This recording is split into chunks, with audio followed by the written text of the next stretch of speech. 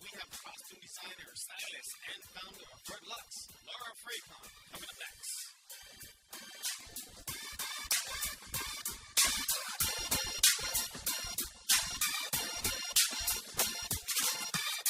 Hey, Laura, welcome to the call. How are you today?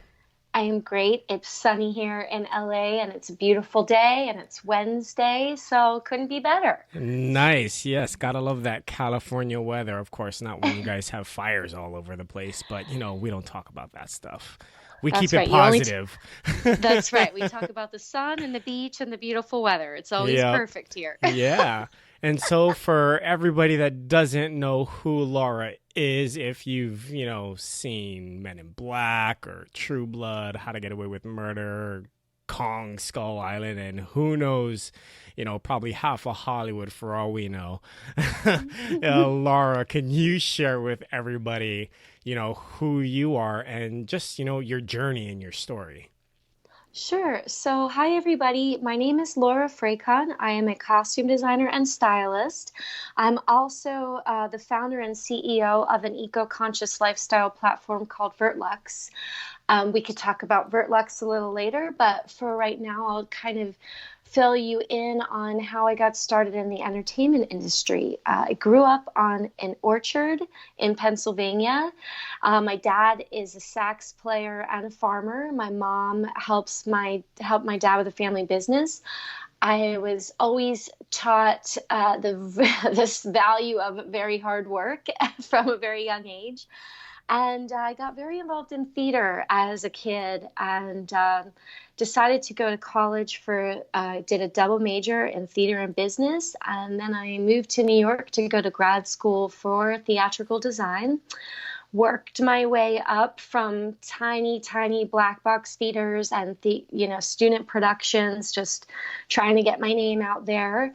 I worked in New York in theater and eventually got a couple Broadway shows working, on Broadway and off Broadway. Hmm. And then I got my first movie, which was an indie, but I fell in love with movies, doing movies after that. And that and a TV show, a PBS TV show took me to LA, which then I knew one costume designer in the film business, and I basically stalked her every time I had a show or did a new styling gig. I would just send her my stuff, send her an email. And finally, one day she gave me a call and she gave me a break. And I was her assistant costume designer on my first big film. Hmm. And the rest is history. I've just I have made great connections, worked my way around up the ranks in Hollywood, and have been very lucky to get some really great projects. So that's kind of my story. No, I love it. And I mean, it's such a journey. So before we get into the whole movie biz, because that's so exciting, I'm sure, for you to talk about, because that's an amazing experience, because so many people just kind of dream of participating in that. Yeah. Tell us about Verte Luxe. What really inspired that? What is all of that about? And then we'll kind of dive into more of your story and the journey. Sure. So Verte Luxe is my absolute passion, next frontier project. It's my heart and soul. In addition to being a theater major in college, my second major was environmental studies and business. I have always been very, very involved with environmental conservation. It's always been in my heart. And what basically from years of working in the entertainment industry and in the fashion industry, I was seeing firsthand that there's just so much pollution and waste and just badness happening. And it's not one person's fault. It's a whole collective's fault, right? Yep. So the kind of light bulb effect happened. I was working in Australia, Hong Kong. I had recently gotten engaged and I was trying to plan an eco-conscious wedding in Pennsylvania. Um, talk about not having the right resources for doing this, right? So, because, not only am I on another continent and another time zone, but I was just going online and there just wasn't like one place for me to go where I could say, oh, this is how you plan an eco-conscious wedding. There might be a blog post here or somebody does their Earth Day issue, Yeah. but never like that one place. So I thought, oh my gosh, why don't I create a platform for brides and grooms to go who are trying to have an eco, ethical, and sustainable wedding and get resources and find products and know who's doing eco-conscious gowns and who's doing vegan shoes. And well, that grew because I met with a consultant and the consultant said, well, you're really boxing yourself in here, Laura, because if a person's going to have an eco-conscious wedding, they're going to most likely live an eco-conscious lifestyle. So why not make it a lifestyle platform? Makes sense. So Verte Luxe now has become Verte Luxe Life. And we have five pillars right now. It's fashion, beauty, home, wedding, and life. Hmm. And basically, we're going to strive to become the place for people to go who want to have beautiful, organic, natural beauty products, home goods, fair trade fashion, ethically made clothing, anything that you could want. We're going to build and build and build and hopefully be the place to go for living a conscious life. No, I love it. And then, so just for all of the, the hard-headed people or the people that are just, it could be just the lack of, knowledge and they just don't quite understand it. So what's the difference, between, air quote, eco-friendly and, air quote, those hippies? You know what I mean? Because it Exactly. really does it Totally. really gets mixed up because of social and everything else out there. You have like, oh, those tree huggers and blah blah blah. I love my V8. Good, I like V8s too. I plan on buying a gas guzzling car, but there's you know what I mean. There's a balance between what you're doing, and because I think people just they're either on one extreme or the other. Yep. There isn't really too much happening in the gray. You only hear of the extremists on one side of things where it's like, I want eco everything. I don't drive hybrids, only electric. And it's like, well, where do you think the electricity is coming from? Right. Or So, you have the guy who's just like, I'm a woodsman, blah. yeah, and I don't care about this planet. Yeah. So Verte Luxe, the name means green luxury. And if you even just like go on my Instagram or Google me, the whole idea is to make sure that people know that they can have beautiful, luxurious goods, but that are also ethical, eco-conscious, and sustainable. You don't have to be wearing hemp sandals and a burlap sack to be eco-conscious. There's so many great brands and great products out there that are doing really cool, beautiful things. So I think that's where the problem lies is people think, we're still stuck in the 60s and 70s where it's like, oh, you're a tree hugging hippie who only wears, you know, hemp, woven sandals and, doesn't care about your looks or your Uh-huh. lifestyle. We want to be the complete, not opposite of that. We just want to be the next generation of that. Yeah. So if go to look at our brands are beautiful. Like we have a new brand that's coming out, Sage Laroque. They're making the sexiest, most amazing bathing suits, but they're making them from recycled ghost fishing nets. So not only are they super sexy and they're beautiful, but they're doing great things. So that's what we're striving to be, is a place for people to go that maybe you don't want to, turn your house completely solar or drive a biodiesel truck, but maybe you want to start thinking more consciously. And so we have brands for every person, that for every level, whether Mm-hmm. you just want to learn more about fair trade and what that means, or whether you do want to have your clothing made from completely natural organic fibers. We have something for everyone, basically, and we just will continue to strive to grow in that way. No, I love it. So it's almost like, and just from browsing the website, it's like, am I looking at Chanel or is this a Neiman Marcus website? Like it's nice stuff. Thank you. And That's it's the like, goal. so that's why I said that question, because like just listening to this, there's no visuals or anything like that. So people go to Verte Luxe, VerteLuxe, um, and check it out.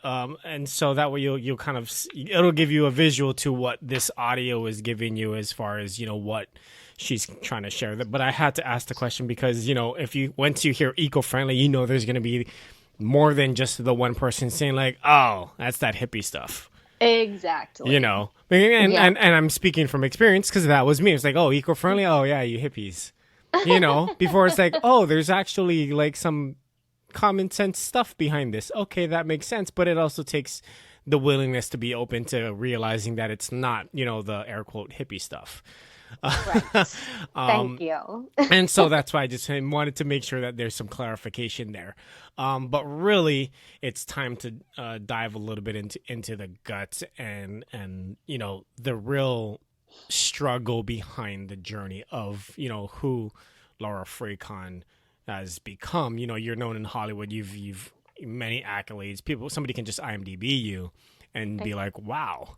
I've never heard of this person, but I've seen all her stuff without even knowing I've seen it. And so really take us back to the beginning, because that like the goal of the podcast, right? We want to talk about the struggles and, you can't have excuses. You just have to make it happen, and just like that you do with the Verte Luxe, it's like, you didn't wait for it. You created it. And so really take us back to the beginning of the journey and like give us pull the skeletons out, the things that you forgot about, or give us the journey. Oh, this is going to be fun.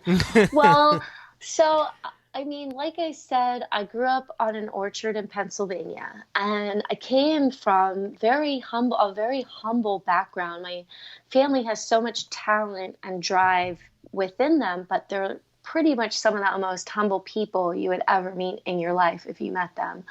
My family, everybody basically has worked their butts off to get to where they are today, but they always keep coming back to the family business and helping the family business. And that was always really instilled upon us. So, my dad, yes, he's a jazz musician. He's very, very talented, but he's also a farmer. And, during the high season, he would not be playing gigs. He would be, on a tractor and, keeping the family business alive. And so I just always knew that no matter what, if I wanted it, I was going to work for it, and family always came first. So, like I said, went to college in Pittsburgh, but every break, every summer, I was back at home working. We have a retail farm market, so that was my job. I worked there. It was all about at the Christmas holiday, coming home, helping with making gift baskets, and so all of that really hard work kind of really stuck with me. And when I was moved to New York, I went to a very exclusive graduate school. I went to the New School University, the Actors Studio Drama School at the New School. And, even though I got a scholarship, it was just not enough to even remotely cover the cost of that private school.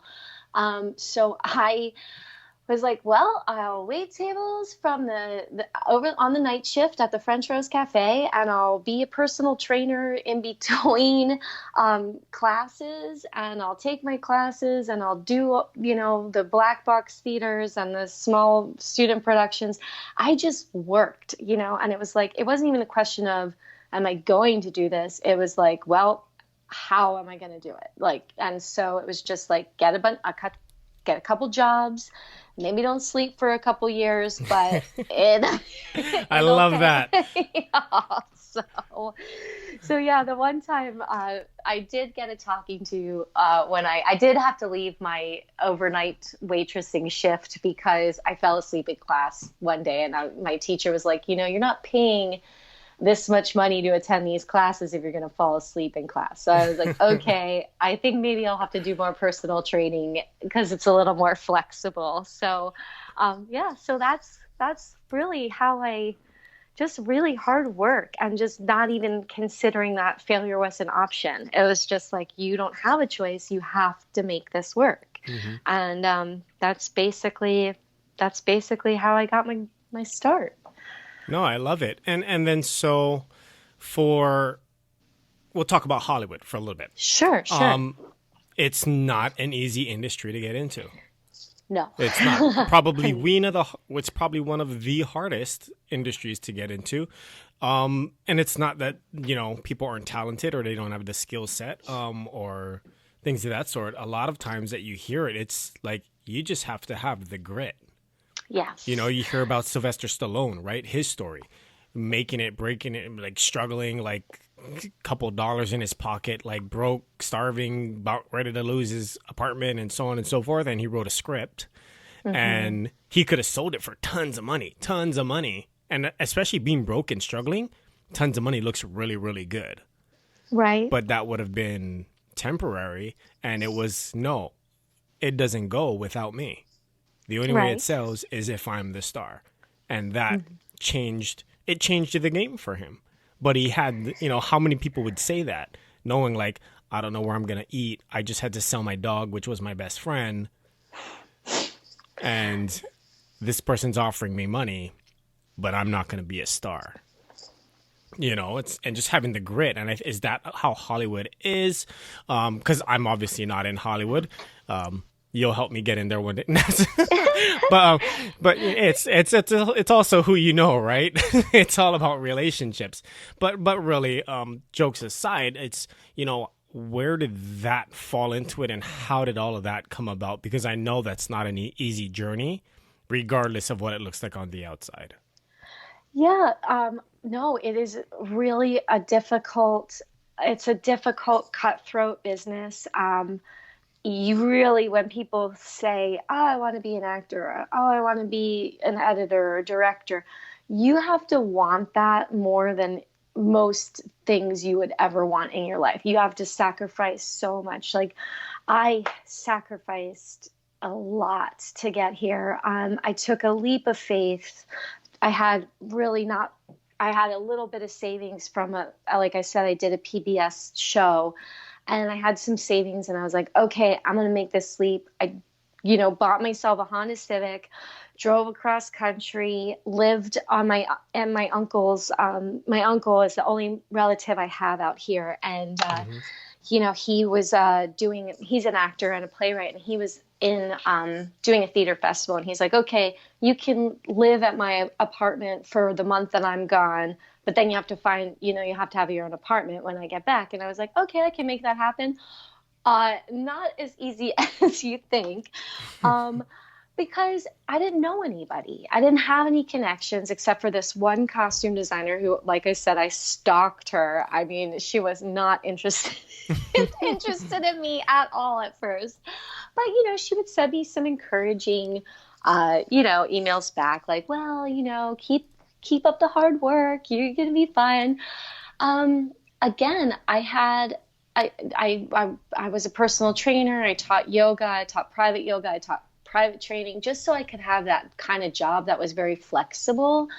I worked in retail for a little bit doing window design and, trying to make sure I had a paycheck coming in, because I did get that one movie, but then I didn't get a movie again for, oh my gosh, it was almost like a year. I got a play in between, thank goodness. But really, you might get that one thing, and then you got to keep pounding that pavement. It doesn't just like, oh, I got a movie and now everybody's going to know my name. I mean, even people, like, what people may not know is, Brie Larson's one of the most famous people in the world today, but she has been working and working and working to get to that point since she was like a young teenager. It doesn't always happen overnight, and you really just have to keep the faith. I mean, there were a few times I was like, oh my gosh, I should just pack it in and go back to Pennsylvania and, work at the market. But I just knew that there was something that I needed to do and get it done and keep the path, keep going. So yeah, so No, I that's love it because you touched on a lot of the some of the topics that, you know, a lot of our my conversations are about is, you know, it's not if, it's just a matter of how are you going to do this? Like you said, like, hey, you found, like, you had one contact. yeah, Like that was it. People are waiting for them to give them the handout, you know, because today's society, there's so much entitlement, there's so much like, oh, let me coddle, like, you know, and just it's ridiculous where it's like, no, you don't deserve anything.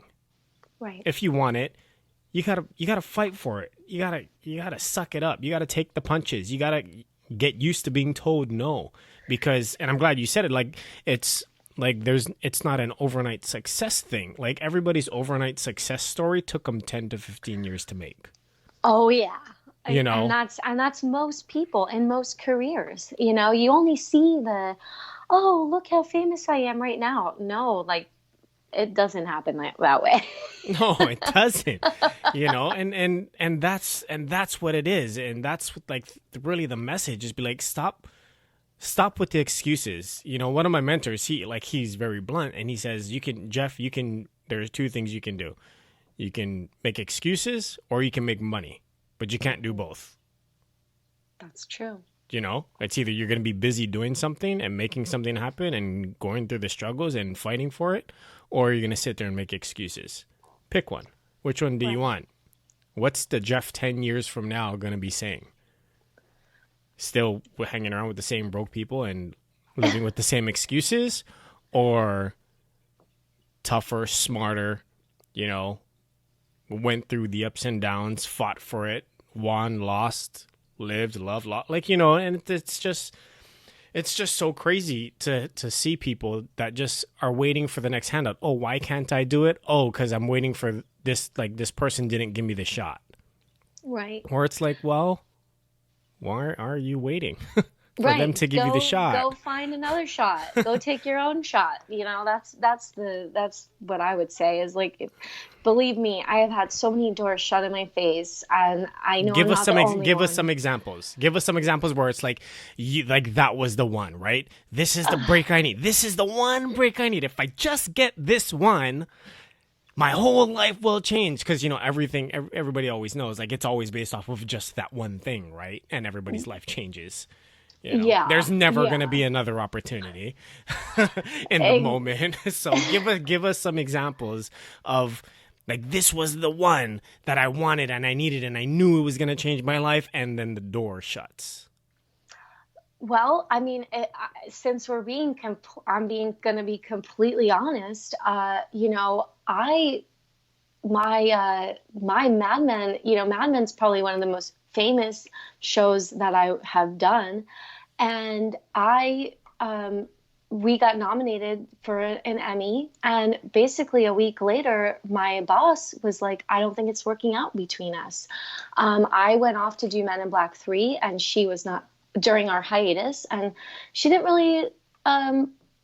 When I came back, I don't think she really thought we were a good fit anymore. And it didn't matter that we just had gotten nominated for an Emmy from the previous season. And it didn't matter that I worked so hard, moved back to New York to do Men in Black 3. I thought it was going to be I thought she would be super excited that that happened. And then I came back and she was like, you know, we're just not clicking anymore. And I mean, you want to talk about a blow. You get an Emmy nomination and then get let go from your job, you know, about a week later. It Uh-huh. was really heartbreaking. And I thought I was never going to work again because I thought, you know, if I'm not good enough to get nominated, but, you know, my team gets nominated for an Emmy and then I get told I'm not needed anymore on one of the biggest hit shows on TV, that's a really tough thing for a young woman to be told. Mm-hmm. And so, you know, I put my tail between my legs and I had a good cry about it. And I'll never forget that night. I literally went home and just cried my eyes out with my dog.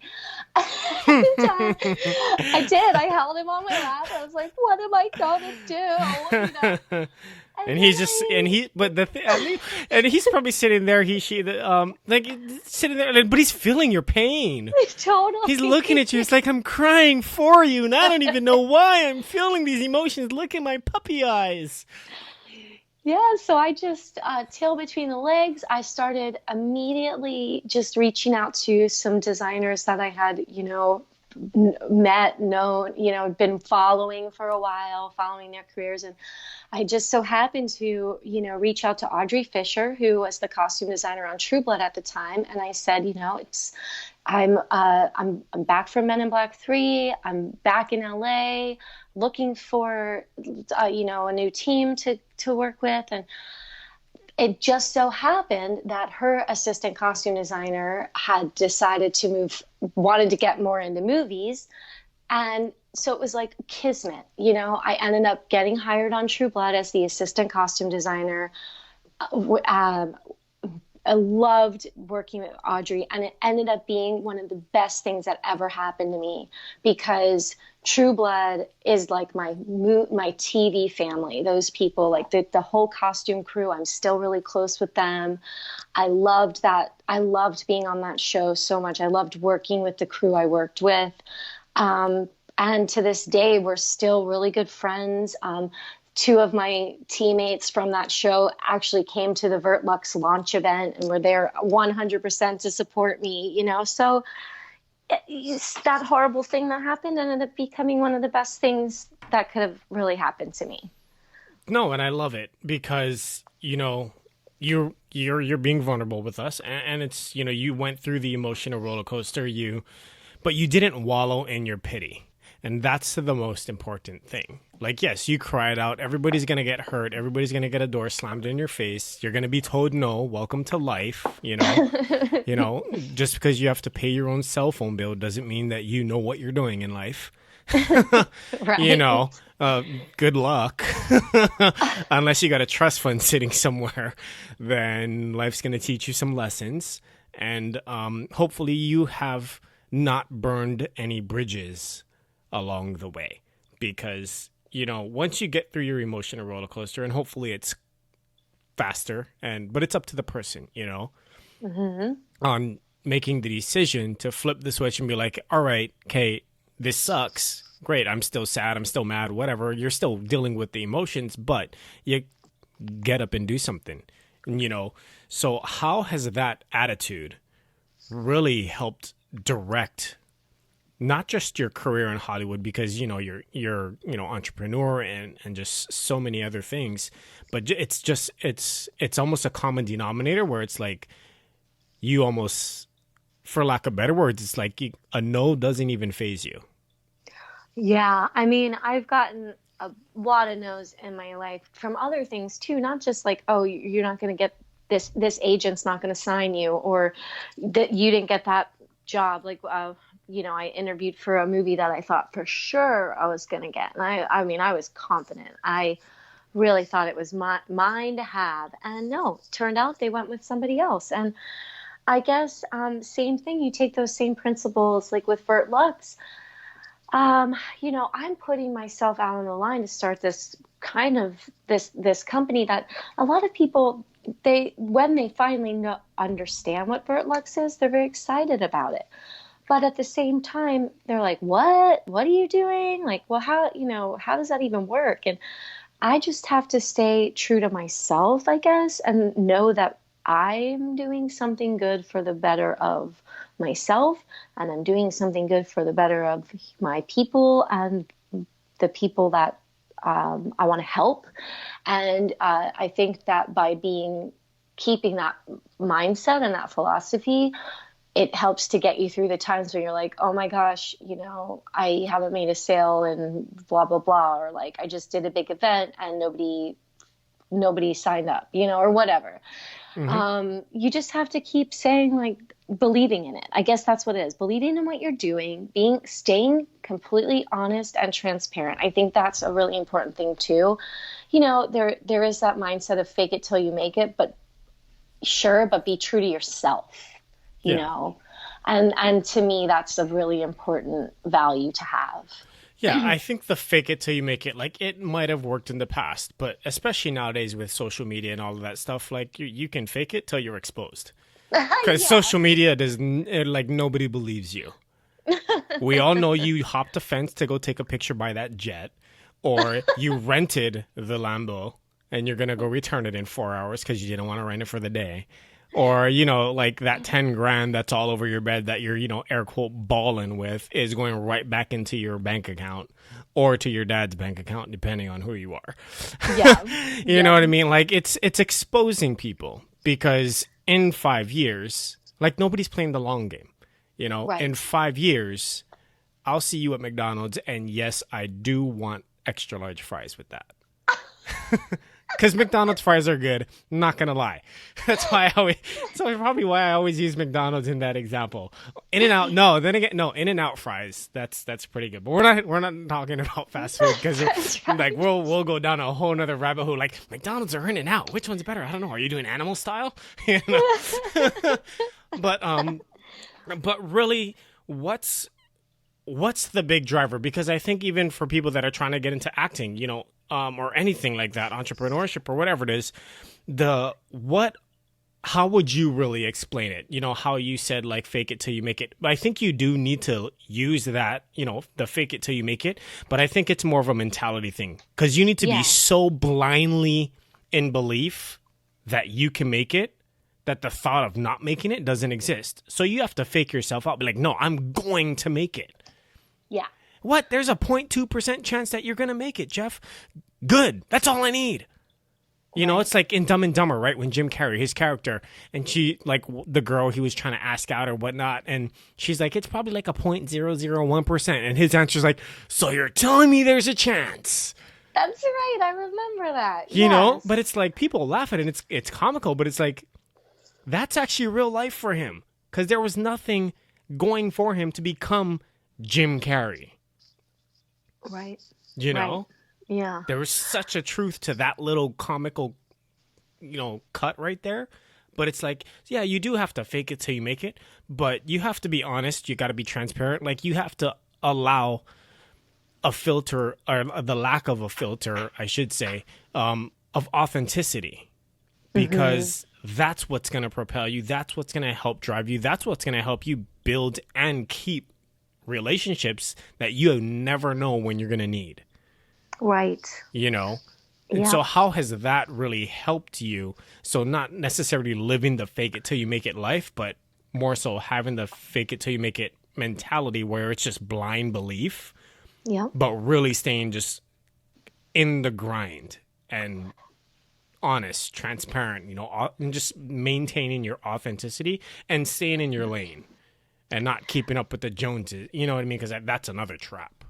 Oh, yeah. Well, you know, especially when, you know, I've got two very different worlds here colliding. You know, I'm at a point in my costume design career where, I mean, I'm going to all the big premiere. I get invited to premieres and I get invited to, you know, all the fancy schmancy stuff. But I also am in a startup. And so all that extra movie money that I'm making, that goes right back into the bank of Verte Luxe. And it is like 100% funded by the bank of Laura Frecon and Verte Luxe right now. And I am really proud of that. I am busting my butt. I just finished a TV show called American Beauty Star and basically saved every penny that I could so that I could put that money into the Verte Luxe launch event. And so for me, I basically have blinders on right now where I'm like, okay, I'm going to do a show,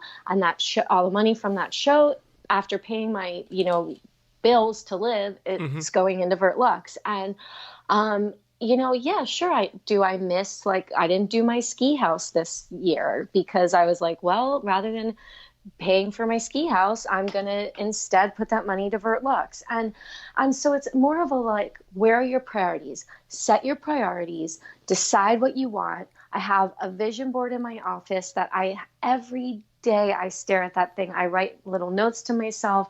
I get business cards of brands I want to partner with. I mean, if you saw it, it's hilarious. It's literally like, this business card, I'm going to reach out to them today. This person, I'm going to reach out to them today. And then I write notes like, okay, that was a good call. Oh, they didn't respond. Okay, follow up in 2 weeks. You know, just have that. For me, it's like, set your priorities. What do you want? Okay, I want Verte Luxe to be a success. What does it take? And you write it out. What does it take? And what do I need to do to make Verte Luxe a success. Okay, well, you don't do your snowboard house this year. Instead, you put all that money into PR and marketing. And, maybe instead of going out to dinner 5 nights a week, stay in and cook. Hey, guess what? You can put some of those blog posts up on Verte Luxe about some great recipes that you're writing. So I try to find a positive spin on all of it, because the startup life is really grueling. And this is, I'm involved in another company where we're finally in our Series A. It's a tech company, but I've watched that grow from the beginning too. And when people think tech is so sexy and so easy, and all these tech billionaires, they're not seeing the build up to that, and it is really intense. And so I guess, sorry if I just went very long-winded on that. No, I love it. Keep your vision, write stuff down. Every day I write a list of like, what do I want to achieve that day? And I don't finish my day until everything on that list is crossed off. And then I have a list of like, what do I need to achieve this week? And, I make sure that by the end of the week, all that stuff is crossed off. And yeah, there have been a lot of sacrifices with Verte Luxe. And, a lot of the successes I've had in costume design are leading me to have, thank God, having success with Verte Luxe, because I can take those jobs and turn it into my, put that money and education and everything into my startup. And so I guess that's what I would say. Just keep in your lane, like put those blinders on from like going out all the time, or like, keeping up with the Joneses. It's like focus on you and your business and how you envision it, like in a year from now, in 5 years, in 10 years. That's kind of I love it. Can you really just touch on the importance, how it's helped you, maybe some specific instances where, you're putting pen to paper, because I think putting pen to paper, one, is important, not just like, oh, I have a mental note or I put a calendar reminder. It's like, no, put pen to paper. Like something happens psychologically when you're putting pen to paper. And, and secondly, like understanding that if you have a bigger vision, like downgrading your lifestyle is not a bad thing. Everybody's trying to live this facade, right? Of, oh, I'm living this luxe life. And it's like, it's okay to struggle and grind. At least that's real. Like you didn't get a startup like you're 19 years old. Okay, you got an investment of, a couple $1,000,000. You didn't make it yet. Right. You know what I mean? Now if you got 5 investors, you got 5 bosses that are going to be pissed if you go calling them in 6 months saying, "Hey, I learned a lot, but we lost all your money. Here's what's left. Here's, $50K." Right. They definitely do not want that. So you didn't make it just because you got investors, like that's more so like tech startups and things of that sort. But just the grit of entrepreneurship, like it's not a bad thing to downgrade your lifestyle.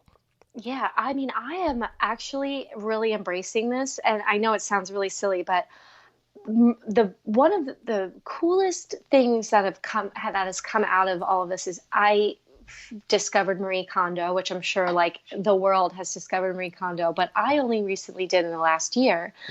And her whole idea of minimizing, like my new philosophy is less stuff and more meaning, like less stuff, more experiences. When you get rid of all the crap in your life and like just all the stuff, like I have given away and donated to so many. I've donated to ThreadUp. I've donated to Dress for Success. Like I have so many clothes from being a costume designer because we're just fortunate. We're given, brands, they want to work on film. They want to work on TV. And so they'll be like, hey, take something for yourself. Or like, hey, here's this. Will you get it They're on? networking. Yeah, they're networking. And so if you saw my closet, even after my numerous cleanups and clean outs, you're like, wow, that girl has more clothes than anybody. I mean, I give stuff away all the time. The devil wears Prada or something. Oh my God. It's crazy. But in downsizing that way, or like minimizing my, like, okay, what do I really need? Do I really need my snowboard house? No, I don't. I can still go snowboarding. I just don't need to have a big house to go with it. I can still have an amazing time, but just maybe 2 weekends this season instead of every weekend. Um, just doing that has really helped me to be like, oh, wow, I really appreciate it so much more when I have it. So, like, Hmm. when Verte Luxe gets to that next level, I am going to be so appreciative because I've worked every step of the way with my very small and very mighty team. I have the best team, and we are busting our humps getting to the next level, but we're all going to be so appreciative when we finally get there, and I think that's something really important. you know Minimizing is not a bad thing. It makes you appreciate the things you actually really do have. No, it's so true. It's almost like the more you have, the more. I mean, it's who sang that song? Was it Jay-Z or somebody? Like more money, more problems. But Oh it's yeah, really one of my like favorite songs, by the way. like the more stuff you. Oh, she's about ready. She's gonna get ghetto on us. Oh yeah, She's no, gonna be I'm like, just she's gonna pull out the gangster rap and be like, yeah, we're gonna take a. Cruise down. We're gonna cruise down Hollywood Boulevard over to Ventura in my freaking Cadillac. With the sounds blasting or whatever it is. I just love singing the hook line, like the hook. That's my favorite part. I'm not gonna do that today, I promise. Oh my gosh. I love these little mini rabbit holes that we find. They're so amazing. Right? It's hilarious. But it's just people get so caught up in trying to live this life, but it's really the more stuff you have, it's like it's a physical clutter, but then that plays into your psyche, Yep, mental clutter, man. you Wow, know? it's a thing. And so what can you kind of touch on that? Because, you decluttered your life and you're really, are there any specific examples of like, so we'll use the house, right? The snowboarding house. Sure. So you had this, it was a luxury. How different did your life change once you made the decision to cut that one out? Or because you didn't necessarily cut it out, you rearranged that process, you minimized it, but it was still a decision that had to be made. Like you're used to certain luxuries and you're cutting a bigger one out, you know? Well, it was that, and then it was also, I have to, being an environmentalist and being the CEO and founder of an eco-conscious platform. Same thing happened with my clothing, right? So I made a conscious decision. Okay, I'm not buying anything unless I know where it's coming from. I know how it's made. I trust the brands. Well, that really takes out a lot of my shopping habit. It really cut out. Like I got a beauty. I used to have such a problem with, like, I would want to new, like, moisturizers and creams and makeup and this and that and the other thing. I loved all that stuff, Hmm. oils. But now I stop myself and I'm like, okay, is this brand an ethical, sustainable brand? Can I trust that I know where it's coming from? That really right there, when you start thinking consciously about, okay, no, I can't just go get that new belt that I want with the rhinestone buckle because I don't know where it's been made. I don't know what slave labor has been happening or how unethical their dyeing processes are, or whatever. Once Hmm. you start thinking about that stuff, it really brings a lot of awareness. Like, yes, I miss, of course, when I first was like, no, I'm not doing the snowboard house this year. Of course, I was upset about, it was like, oh, shoot, that's going to stink. Then now I think about, well, I'm really reducing my carbon footprint because I'm not driving 5 hours north every weekend like I was. And I'm going to be doing more stuff around here. I live at the beach. So why not do a beach cleanup this weekend instead of that? Every weekend going up there. Like, Yeah. I appreciate it more. Like, you start appreciating stuff more. And I think that's kind of true with everything. Like, anything in your life, you can really start, once you get rid of the things you don't need, you really appreciate the stuff that you have. Yeah, it's not about quantity. Yeah, It's quality. exactly. And same goes, and it's not just stuff, that goes for people too. Oh, I was actually going to touch on that way back in the beginning, when you're talking about becoming successful, like even in Hollywood or anywhere in life, cutting out the fat, right? Trimming the fat. Yep. All those people that bring you down, don't elevate you, help to stand by your side and bring you to the next level. I have cut out so many people that because I finally was like, you're not helping to serve me. You just are trying to either you're trying to bring me down or you're not helping me to become the best me. And I strive in my friendships and my relationships to help people become the best them. Mm-hmm. Why would I be friends with people who aren't doing the same for me? Or why would I, put faith in something that's not doing the same for me? So Yeah. I really think that's an important thing in any form of success in your life. Surround yourself by the people who will help you to get that success. Yeah. And here's the thing. It's not going to be hard to do that with the people that you talk to once or twice a year, or you send a DM or Facebook message to on their birthday. It's going to be hard, and you're going to have to make a conscious decision when it's your best friend from elementary school, Yep. when it's your mom, when it's your dad, when it's the person that you spent the majority of your life trusting you, and you realize and you take inventory and like, this person is the exact type of person that I'm trying to get rid of. But how do you do that when it's your family and it's your best friend? Yeah. You know what I mean? And it's like, that's when you're going to be tested. How bad do you want it? Yeah. You know, because they're not walking your journey. They're not in your shoes. They're not And they're chasing not your helping. goal. Yeah. Yeah. They're not living your dream. You know, because the process is part of living the dream. That's my thought. Yeah, no, know? I'm with you. I'm really glad we got to that because I really wanted to talk about that as like the people you surround yourself with are also very integral in your success in life.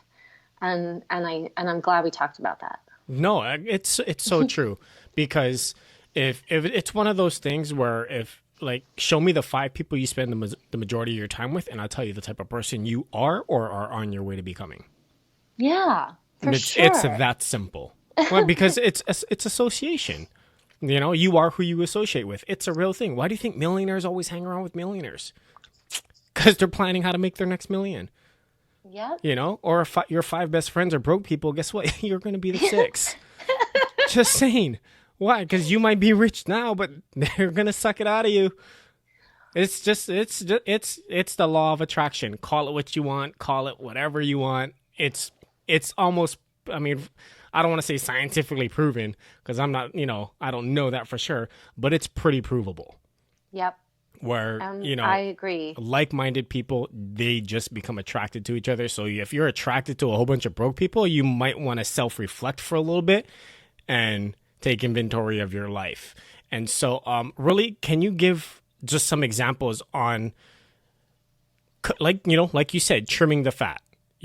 When you made those decisions to trim the fat, like, you don't have to give names and, put anybody on blast like that. But like, yeah, I cut this person out. And once Janie was out of there, my life was so much like, we don't need any of that. Thank you. Because she was about like, I'm hanging up. Bye. Nice. Nice talking to you. But really, because it is an important thing. It's not an easy thing to do, but it is vitally important if you are striving to grow. You got to trim the fat, And so when you did that in certain instances, like, what were some of the changes that you saw, 3-6 months post fat trimming? Yeah. And how that, because I think a lot of that has probably helped. Or I know that has helped in the trajectory of your life. Well, I'm going to flip this in a way, but it's still about trimming the fat. Okay, so I used to have this enormous group of people that I spent time with. Like, just my group of friends or whatever was so diverse and wide. And yes, I still have a lot of friends. I have my best friend from 7 years old married me. Like, she married me and my husband. Like, I keep good people in my life for a reason, right? But like I said, like, I was so I was in California. I live off the beach, like in Venice. I was so trying, really, I caught myself a couple years ago, like trying so hard to be like this, of the Venice crew, the West Side crew, just trying. And it wasn't like none of these are all good people, but I spent so much time trying to keep up with them and trying to be this cool person and not keeping true to myself. Yep. I caught myself a couple years ago and I was like, who are you serving? You're not serving yourself. You're not doing the things that make you successful and happy, and you're spending so much time worrying about everybody else. You're not thinking about yourself and what you need and your goals. So I ended up like not, and I'm still friends with all of them, but what I really did was I closed my friend circle to really spending time with the people that really care about me and the people that really matter to me and I matter to them. That's the trick. Because a lot of those people that I cared so much about what they thought and who they were, they didn't care about me. They were like, oh, that's Laura, whatever. Once I really kind of honed in, okay, this person cares about me, my life has become so full and it's like overflowing. I mean, tonight I'm going to a dinner with some of the most incredible people and I can't wait to like sit and chat with them because we all lift each other up and we all support each other. And, one of my very best friends is actually my manager and my PR person because she's so dedicated and so trustworthy that I'm so glad that instead of hiring somebody else, I was like, you know who really has my back? This girl. And this girl will do anything it takes to help me succeed. And I'll do anything for her. And so it's like realizing that kind of stuff is when I trimmed the fat in that way and started really focusing on the relationships that do help me and do support me and do bring me up. It's been very enriching and it's really helped Verte Luxe and myself. It's really helped me to have confidence in Verte Luxe, confidence in myself, confidence in myself as a costume designer and stylist, to be like, I know that I'm doing the right thing for me and for my career and for my life. And that's all I can say is surround yourself by good people. No, yeah. And it all starts with being self-aware. Yes. Because you have to know who you are. It was Jet Li tweeted something out. It was once you become very aware of yourself, it's almost a joke when someone tries to tell you about you. Yes. And it's so true. That's a great one. And it's like, yeah, no wonder I spend so much time laughing. When, like, if somebody has something to say, it's like, okay, you don't know me. Like, okay, I don't care. Good for you. I'm great. Thanks for the laugh, or whatever it is, But it's even like your friends and the family and things of that sort. I'm not saying completely cut them out of your life and say peace out. I'm never talking to you again. But you don't need to see them 7 days a week. Or 5 days a week, or text, and spend an hour a day on the phone with them and be like, oh, that's just what we do. Great. Broke people like just do the same thing to stay broke. Yeah, or like combing everyone's social media, wondering why you're not doing all that cool stuff. No, just go do it yourself. Or like do your own thing that's super cool and makes you happy. Yeah, and so it's just do what you need to do to become self-aware. How do you learn how to do that? No idea. It's really like, how do you teach somebody to become self-aware? It's like, hey, go live on an island by yourself for a year. Yeah, or meditate 10 hours a day or something. So for anybody that's not wanting to go become like live in a mosque or become a monk or whatever it is, it's just you got to figure out how to do you. It's figure out what you like, figure out what makes you happy, because I think that was a lot of part of your journey too, is you were pursuing happiness. It wasn't always, pursuing, making the popular decision, but it wasn't about approval. It was about happiness for you. Yes. And pursuing that. But the only way to know what that is becoming self-aware. Like, what's making you happy? What's going to drive you to keep on doing it when everybody in your life says it's stupid? Right. including your spouse. And if your spouse is saying that, you might want to rethink that conversation. But you get what I'm saying. You know what I mean? Like when the most important person in your life doesn't believe in you, will you still believe in yourself to do it? And the answer is usually no. So you have to get rid of them, or not get rid of them. Just sorry, honey. Like there's bring me 50 somebody divorces after this call. We're breaking up. I'm like, that's not what we were saying. Actually, my husband, I have the most supportive husband. He actually built the entire platform of Verte Luxe, and just because he believes in me and what I'm doing. And so, like, in addition to his full-time job, he completely built the tech platform. So I have to give him the props. He is the backbone of all the tech in the business. He literally created. He knows. He literally it's not. I'm not just giving him props. Like, no, he literally built the backbone of Verte Luxe. Yeah. Well, there you go. She knew where this comes down to it, right? She was self-aware. She knew where she lacked, and without even knowing it, she filled that void by marrying the guy that knows how to do all of it. She had a mission, he just didn't know about it. She's like, there's a little loophole that's gonna come to. Don't worry, like I'll tell you what it is.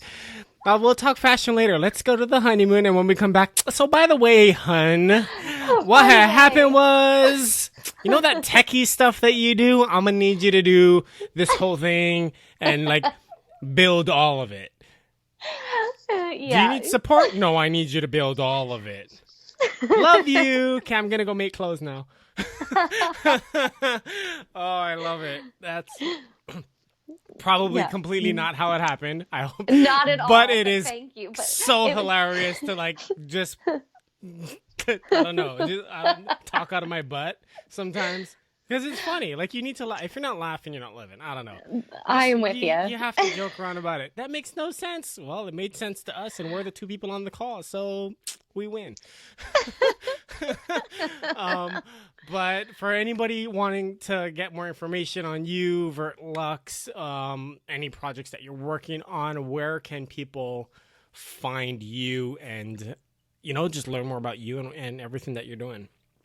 Sure. So if you want to learn more about me and my costuming and styling work, my Instagram is my name, Laura Frecon, LauraFrecon. Website is the same, laurafrecon.com.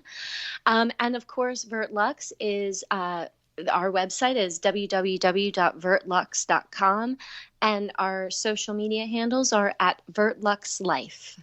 Love it. And that will also be in her bio on the Real Jeff Vale website under podcast guest speakers. And so just look up Laura Frecon, scroll down to L, and you'll see that in the bio, and it'll have her websites on there.